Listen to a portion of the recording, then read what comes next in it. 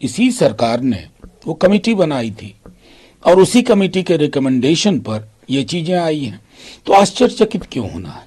क्या इसकी भी नियति अब वो हमारी नारी शक्ति वंदन अधिनियम की तरह होगी कि अनडेटेड, कोई तिथि तय नहीं है, सेंसस होगा, फिर डिलिमिटेशन होगा, फिर सीटें रिजर्व की जाएंगी, समथिंग लाइक दैट?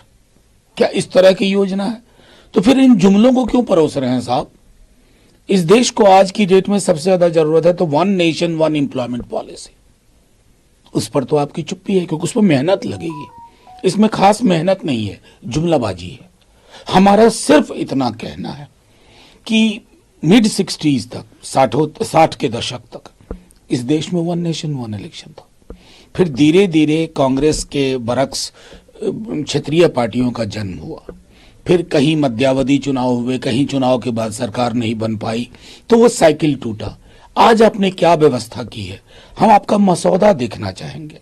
कहीं ऐसा तो नहीं कि कहीं सरकार बनने में कुछ परेशानी, अड़चन, दिक्कत हुई तो आप गवर्नर साहब के माध्यम से प्रॉक्सी गवर्नमेंट चलाएंगे?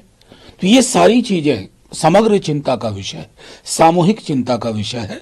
एक बार आपका मसौदा देखें, तब फिर बेहतर ढंग से हम अपनी बात रखें। पटल पे कुछ और रास्ते की तरफ जा सकते हैं, जेपीसी डिमांड आप लोग? देखिए, एक तो वैसे भी एक कमिटी से ज्यादा एक ओपन कंसल्टेशन तो जेपीसी में होती है, लेकिन वो सारी चीजें तो तब जब हम मसौदा देखें। मसौदा हमने नहीं देखा।